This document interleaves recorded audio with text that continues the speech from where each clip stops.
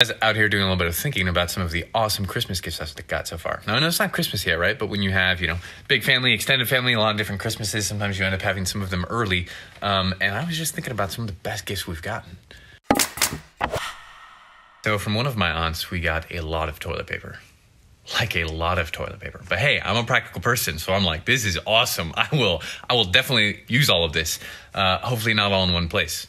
Or, well, hopefully all in one place, but not all in one sitting, if you know what I mean.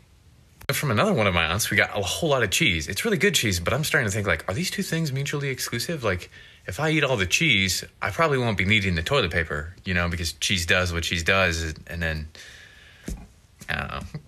Anyway, if you're still looking for gift ideas for people who, like, build stuff or are creative or handy or whatever, work on things, this guy was given to me by some of my awesome friends, Josh and Heaven. And I've wanted one of these since one of my buddies, Jordan, recommended it. And this thing is epic. Let me show you why. It's called the Lefty Righty by, it's their Pro Carpenter model by FastCap. Just look at a couple small details first.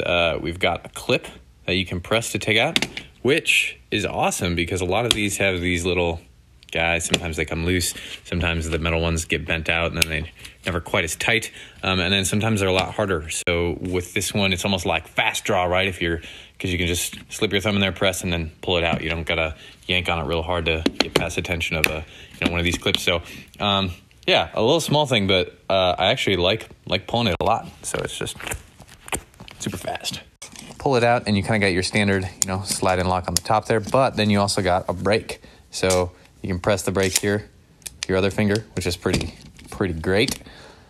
This is pretty slick. Check this out. So you can just take a pencil, say you want to write a measurement on it. Like, I don't know, I got something that's 3 3/4, and I got to cut that. You can just write it right on your tape measure because you've already got your tape measure out to measure it, and then you can take that over to your saw. You know exactly what your cut was, right? Which is awesome. And then it just rubs off.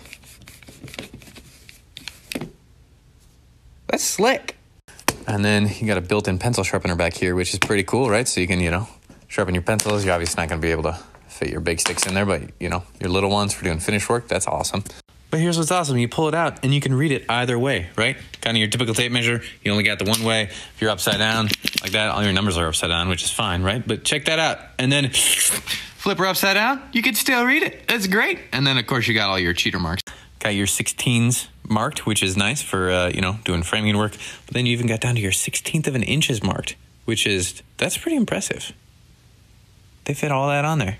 So here's why I like that a lot, because the struggle of being left-handed is, you're always trying to figure out how to use right-handed stuff, and sometimes you can't figure it out. So when I was working in framing and I was on the cut pile, we were cutting up 2x6s, I got the nickname 1-inch Krez, and that was because I would always short my boards 1 inch because I was trying to read my tape measure upside down because I'm a lefty.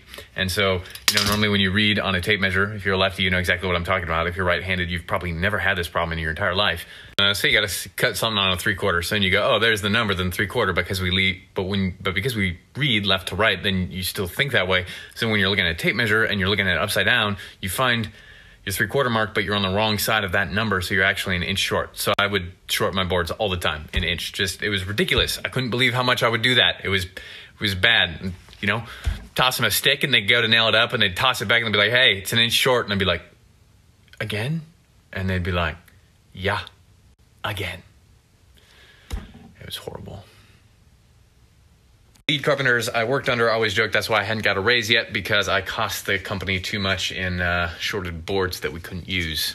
I mean, we were actually pretty efficient. We ended up using them for headers or, jack studs or whatever. But I wish I would have had this. It would have saved me a nickname and a lot of boards. It's a pretty cool gift idea.